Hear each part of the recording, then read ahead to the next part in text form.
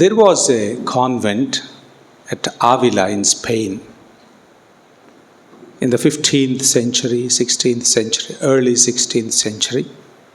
A big convent with 150 or 280 nuns. Those days, most of the congregations were contemplative, cloistered. So this was a Carmelite monastery.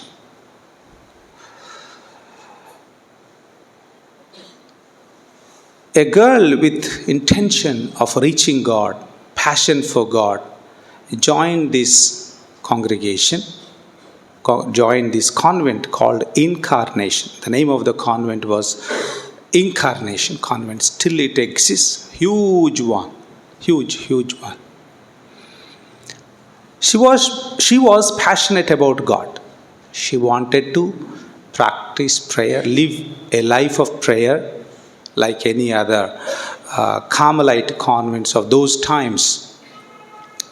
Because the very Carmelite order was born in the caves of Mount Carmel with the pure intention or with the pure desire to dedicate to a life of prayer, after the example of the Blessed Mother who pondered the Word of God, who preserved the Word in her heart and pondered over it, was a contemplative. So after the example of this Blessed Mother, a few monks began to lead a life of prayer in the caves of Mount Carmel from 11th century, 10th, 11th centuries. So basically, the Carmelite spirituality is a spirituality of prayer. Now, this girl joined the convent at an early age, wanting to reach God, wanting to dedicate her life for prayer. But with 180 sisters around, it was impossible to practice seriously prayer. She was struggling because a lot of noise around, no solitude, people coming, going. But however, she tried for several years, struggled for several years. On a fine day, during prayer, she had a beautiful experience. She saw God. She heard the voice of God. And that was an amazing experience, fascinating experience. And she was so joyful. She had been struggling for years and years to pray. And on a particular day, she heard the voice of God.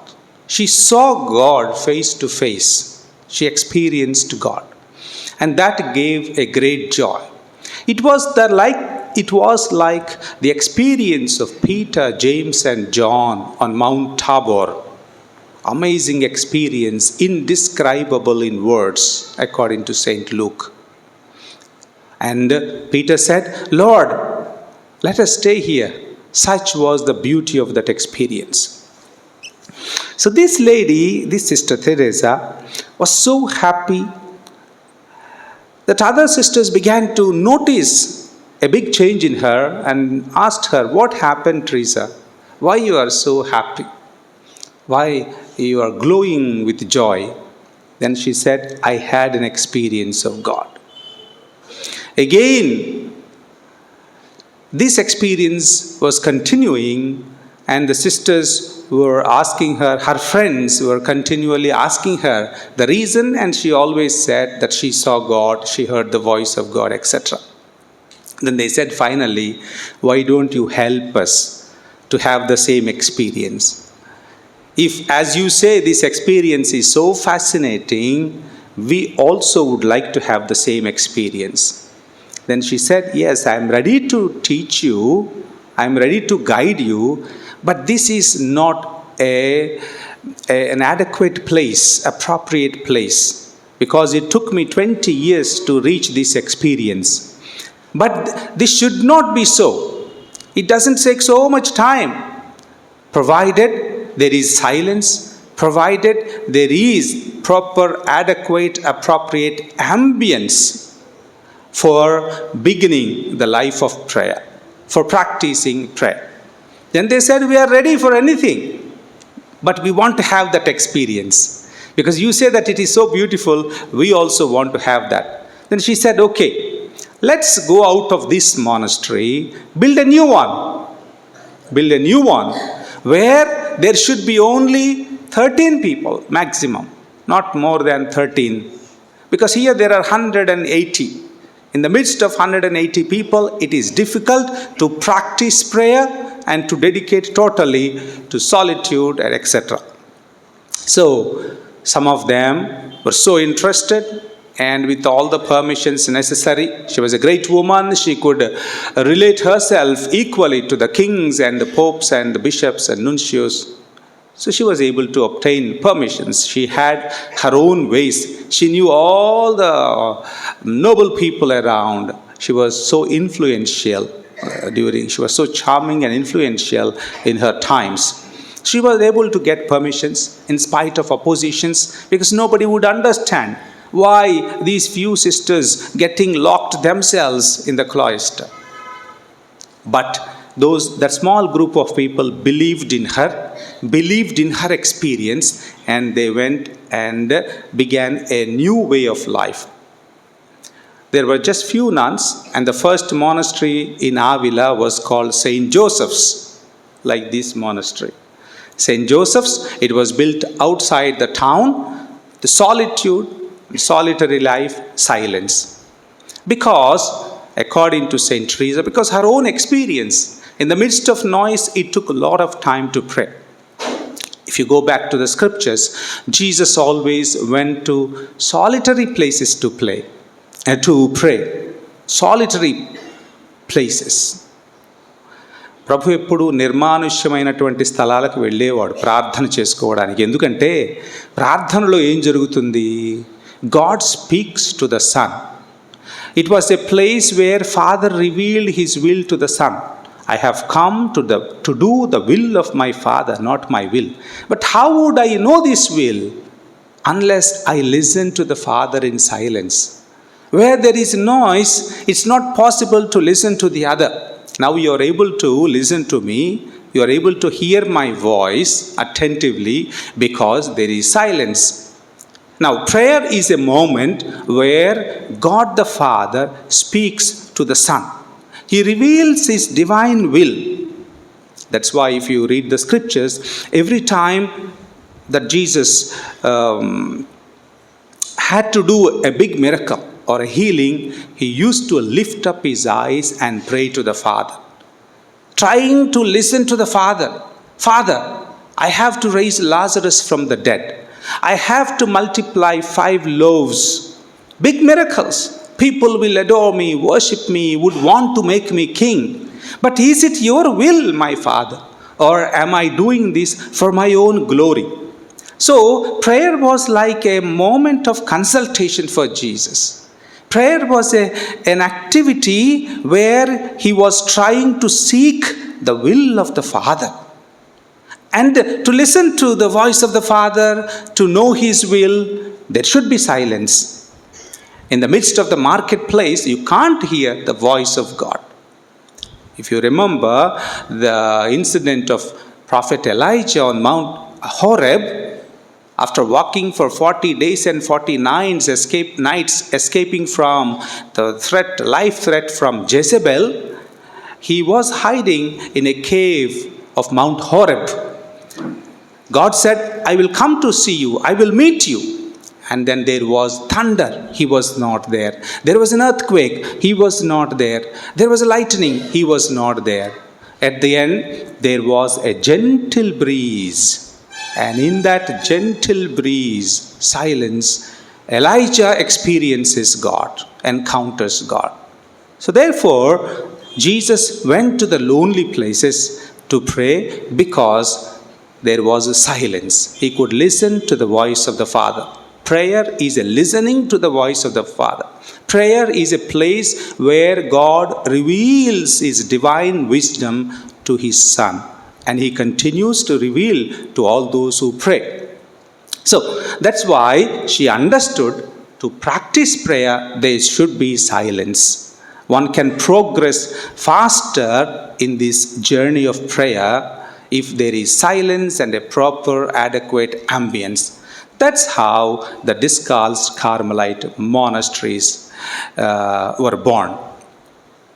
During her lifetime, she founded more than 15 monasteries. She went all around Spain because when people come to know that it is possible to experience God, it is possible to encounter God during this earthly life, certainly there are so many who are passionate about this and they want to join the monasteries, and there were hundreds who wanted to follow her.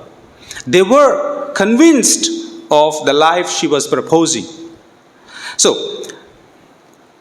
she experienced God, and she was asked by her friends to teach. So, she taught them how to experience God. The goal of this newly founded monastery called St. Joseph's in Avila was nothing else. I will read for you a small passage from her book. This is a book called Way of Perfection, wrote by St. Teresa in 1567 or around. To that first community of sisters, they asked, "Mother, teach us how to pray." She was teaching, but later they said, "When you die, who will be there to teach us? So better you write something for us." So she wrote a few books in order to help them. She says, "Sisters, this house is a heaven. If one can be had one on this earth, this is a heaven. Here we have a very happy life if one is pleased only with pleasing God and pays no attention to her own satisfaction. If a nun desires something in addition to pleasing God, all will be lost. The discontented nun is like someone who feels great loathing," etc., etc. Anyway, the only purpose of founding this house was to please God. And 16th century, there were other problems, Reformation, Martin Luther, and a desecration to the sacrament. So many other problems were there. So she wanted, she says in the beginning of her book, there are very few friends for Christ, so let us be good friends of God. If we are good friends, He will give us whatever we ask. So the first purpose was to be good friends of Jesus. Secondly, to defend the church, pray for those who are defending the church, to pray for the souls, etc. These are other purposes that she includes. But primary purpose of founding this monastery was to help the sisters to reach the experience of God, the same experience that she had, because they were passionate about that experience. Yes, she taught them how to reach experience of God, contemplation, what we call the mystical life. What is mysticism in the church? See, we know that God dwells in our inner heart. God dwells within us. St. Augustine has taught us, "Lord, I looked for you everywhere, but finally I found you in me. So I don't need to go around. I don't need to make pilgrimages in search of God. God dwells within us." St. Teresa was convinced of this truth, and she began to make a journey towards that God who dwelt within her. So she began her journey, and the path that she took to reach this God who is within her she calls it a royal path. Royal path, and this is called path of prayer. Because why she calls a royal path? Those days there were no proper roads. You would miss, there were no indications. But where the king passes, there are no hurdles, and then you are sure to reach the destination. So she understood, or by her own experience, she understood that prayer will lead her. Prayer led her to the experience of God, took her to the experience of God. So therefore, she taught others also that by practicing prayer, earlier there was no, before St. Teresa of Avila, there was no word called practice of prayer, not much in the church. It is with her that this word practicing prayer. Prayer doesn't end with everyday morning breviary or evening prayers. It's something that is to be practiced, and it is a path to the experience of God. So she taught them what prayer is, how to begin, how to progress, and where do you reach at the end. And she says, if you want to reach this experience of God, there are a few conditions. Number one, you should have a passion for God. You should have a determined determination, a resolute, a strong determination to reach God. If there is no passion, you cannot reach God. So therefore, there should be a single-minded devotion. You should not have distractions. So this cloister is meant for that, to facilitate prayer. But in the course of time, the cloister became more important than the contemplation inside. People think they are cloistered nuns, and they too always thought we are supposed to be inside. So in 2016, Pope Francis, with his apostolic constitution, Vultum Dei Quaerere, seeking the face of God, he has brought modifications into the contemplative life. Prior to that, in 1950, Pope Pius XII, with his apostolic constitution, Sponsa Christi, he gave some norms for contemplative life. But from then, almost for 66 years, it continued. So Pope Francis brought in new innovation to this contemplative life. He would like to call these not cloistered Carmel or cloistered life, contemplative sisters. He wants us to call them not cloistered sisters, contemplative sisters. They are not here for protecting the cloister. They are here to lead a life of prayer, and through prayer reach contemplation. This cloister or their being inside the walls is only to facilitate this contemplative life. So the emphasis is not on the grills nor the walls. That's why today there are sisters from Goa, there are sisters from all over India in this Carmel today. They have come here for formation. These sisters also go often to different places for formation. That's what Pope Francis has brought into some novelty into their life. He thought that much emphasis is being given for cloister rather than the contemplation. Anyway, this is a place where sisters have only one purpose: to please God and to pray for the church, and above all, seek the experience of God through continual practice of prayer. And for practicing prayer, they need this solitude and they need this silence. These are only external things, but there are much more important things than these external. What are those internal things? Number one, she says, if you want to experience God, you must, with determined determination, begin the practice of prayer.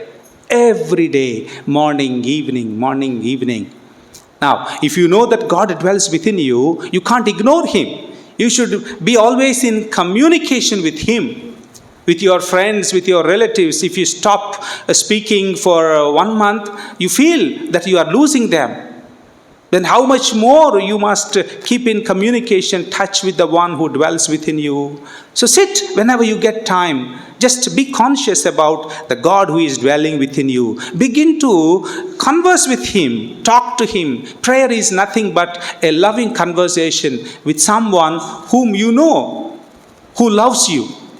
So sit in a corner in silence, begin to converse with Him. And this is how you grow in relationship with Him. The more you speak, you become more friendly with anyone. You understand them better. At the end, they don't need to talk to you. You would understand them. That's where you experience the other and the union of wills. So at the end of this journey, now as I said, they are making a journey. In this journey, the path of prayer, at the end, they reach the experience of God. What is this experience of God? If you remember Mount Tabor, what happened there? Jesus in prayer, what happens there? There was Elijah and there was Moses.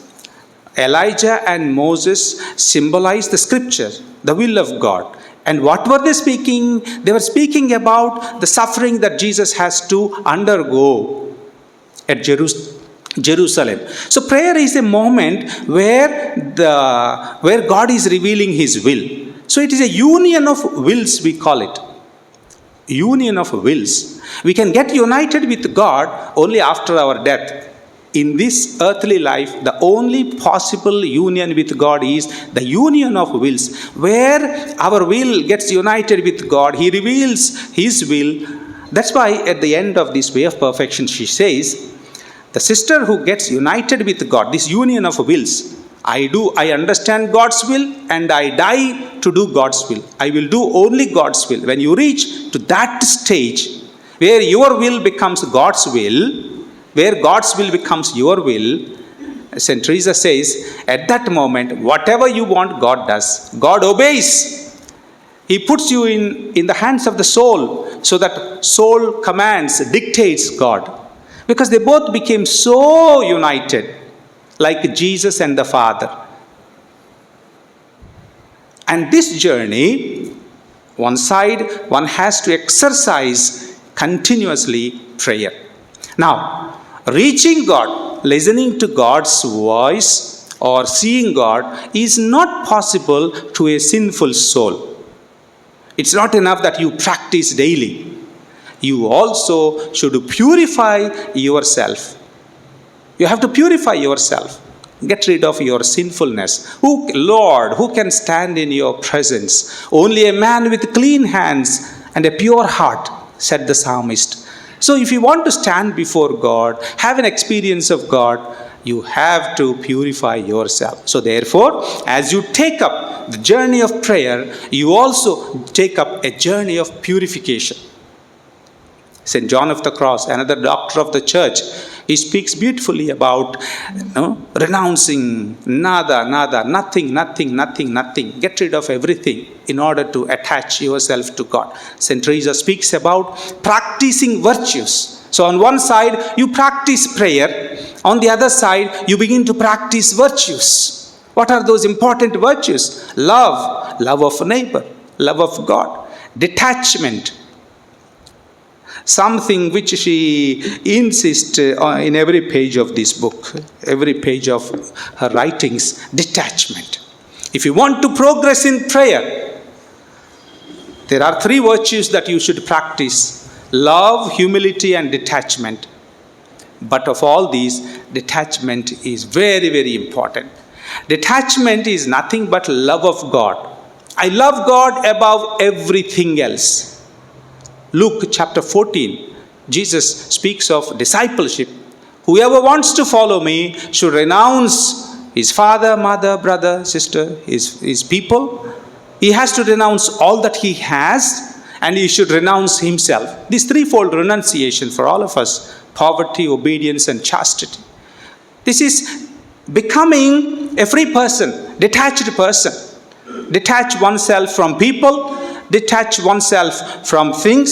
There are so many beautiful things she writes in one of the chapter 8. She speaks about, attachment to relatives, which blocks person's journey. So one side, the sister has to practice prayer with single-minded devotion. I have been praying from 10 years, but no use, Father, I have not seen God. Continue, maybe after 20 years. Maybe 30 years you had been practicing prayer. ఒక పక్క ఏమో ప్రార్థన చేసుకుంటూ ఇటు పక్క పోయి అందరితో తగు పెట్టుకుంటే ఇంకా దేవుడిని ఎట్టు కలుస్తాము కదా. ప్రార్థనతో పాటు బ్రతుకు జీవితం కూడా కొద్దిగా బాగుండాలి కదా. రెండు బాగుంటేనే దేవుణ్ణి దర్శించవచ్చు. అంతేగాని ప్రార్థన చేసుకుంటూ 24 గంటలు ప్రభు అని చెప్పినంత మాత్రాన ఎవరు స్వర్గానికి వెళ్ళరు అని ఆయనే చెప్పారు. అందుకని దేవుణ్ణి దర్శించాలి అంటే, to experience God, it's not enough that you practice prayer daily hours and hours. నోరు మంచిదై ఉండాలా, మనసు మంచిదై ఉండాలా, శుభ్రంగా. You should be able to purify your self, and that's what she calls practice of virtues. I always give an example. For example, this example of P.V. Sindhu. She won the medal in the Olympics, but she began practicing when she was at the age of 10. 10 సంవత్సరాల వయసు నుంచి మొదలుపెట్టింది. But medal వస్తుందో రాదో తెలియదు. But what gave her that impetus to continue practice this prayer daily? Because she saw the glory that other people are receiving when they win the medal. Olympic medal గెలిచిన వాళ్ళు పెద్ద photo వేస్తారు ఈనాడు పేపర్లలో. ఇదంతా చూసి నేను గెలిస్తే కూడా నా ఫోటో కూడా ఇట్లానే వేస్తారు. నేను గెలిస్తే I too receive the same glory. That's why Teresa experienced God. That sister experienced God. This experienced God. So therefore, I too can experience God. That's how one begins this journey. There are people who give us the guarantee about the destiny. What happens at the end? Teresa is the guarantee. And other sisters during all these centuries. So this girl, 10 సంవత్సరాల నుంచి she practice everyday. రోజు వెళ్ళేది, కోర్టులో ఆడుతూ ఉండేది, 2 గంటలు 3 గంటలు ఆడేది. సాయంత్రం వచ్చి 4 పిజ్జాలను 4 బర్గర్లు తిని 8ంటికి పడుకొని 9ంటికి లేస్తే 10 సంవత్సరాలకి కోర్టులో ఆడగలదు. ఆమె she has to roll in the court. ఎంతలాభ అయితే కోర్టులో కుదరదు కదా ఆడటం. కోర్టులో చురుగ్గా బ్యాడ్మింటన్ ఆడాలి అంటే, లేకపోతే టెన్నిస్ ఆడాలి అంటే బాడీ కూడా ఫిట్గా ఉండాలి. ఫిట్నెస్ మీరు చూసారేమో, క్రికెటర్స్ వీళ్ళందరూ 3 గంటలు ప్రాక్టీస్ చేస్తే క్రికెట్ని 4 గంటలు ఫిట్నెస్ చేస్తారు. Body should be fit. అట్లానే to have an experience of God, to progress in this journey of prayer and reach God, not enough that you keep on playing in the court, praying in the church, whole day sitting before Jesus. You have to also control your life. You should be fit. You should live a disciplined life, get purified from all kinds of impurities, sinfulness. ఈ 2 జరిగితే ప్రార్థనలో ముందుకు నడుస్తారు. ఏదో ఒక రోజు తప్పకుండా you will reach God. ఒకవేళ ఆమె అంటుంది, you are practising virtues well and you are not able to pray, but seeing that you have so much interest in God, so much passion for God, God himself will draw you to him. See, the Samaritan woman wanted to drink. No, I am the one who gives you the living water, Jesus said. So this is experience of God. Contemplation means drinking from that living fount.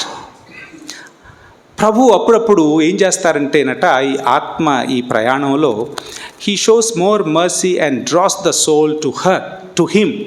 కొంచెం నీళ్లు తాగేస్తారట.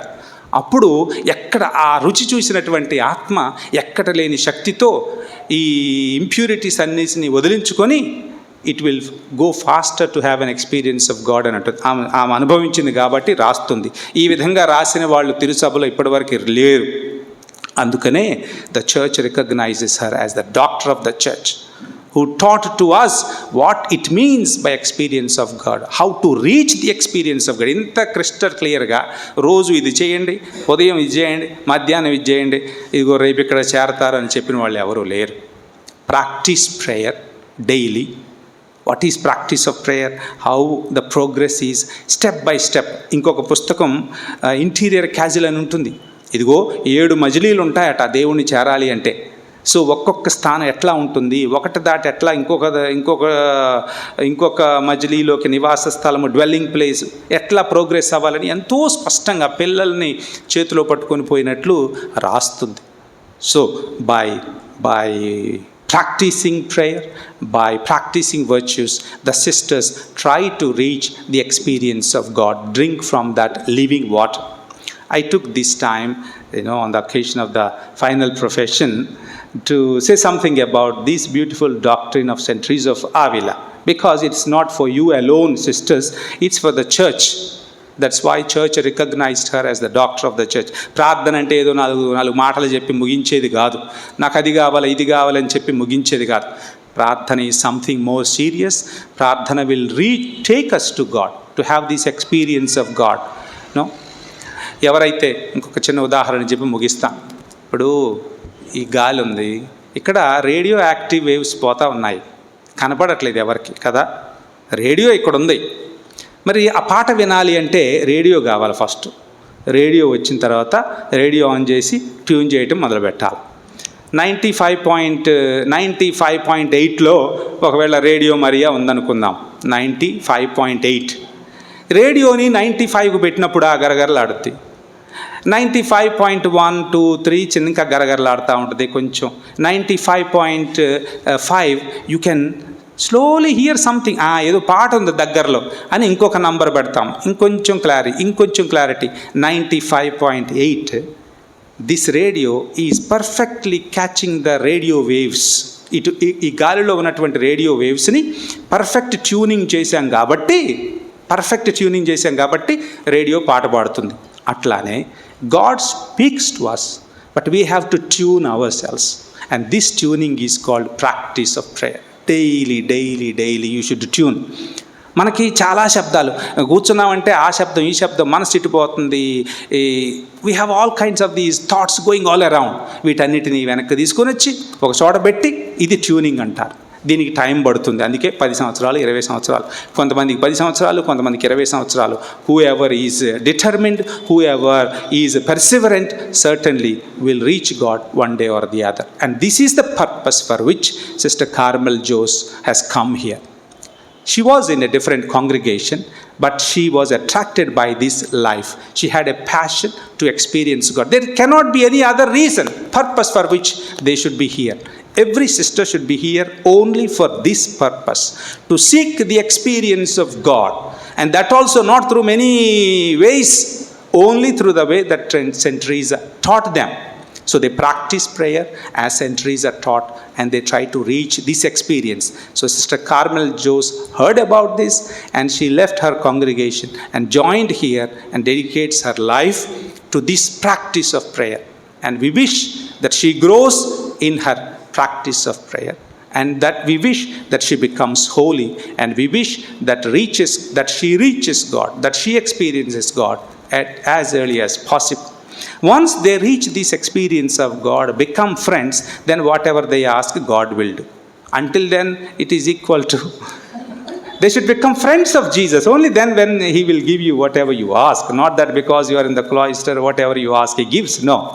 The more you grow in this perfection, the more you become friends of Jesus, then to the friends He would give anything. And for you, you have a better ambience, you have better possibility to become friends of Jesus faster.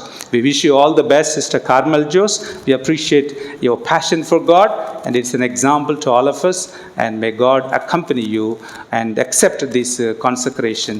And also we want to thank our parents and our relatives for giving Sister Carmel Jose to this house, because very often the parents do not agree. They see only grills and walls. They do not understand the purpose for which they are here. So therefore, I want to appreciate them and also congratulate the monastery that accompanied the sister for all these years and formed her in this way of life. And God bless you all.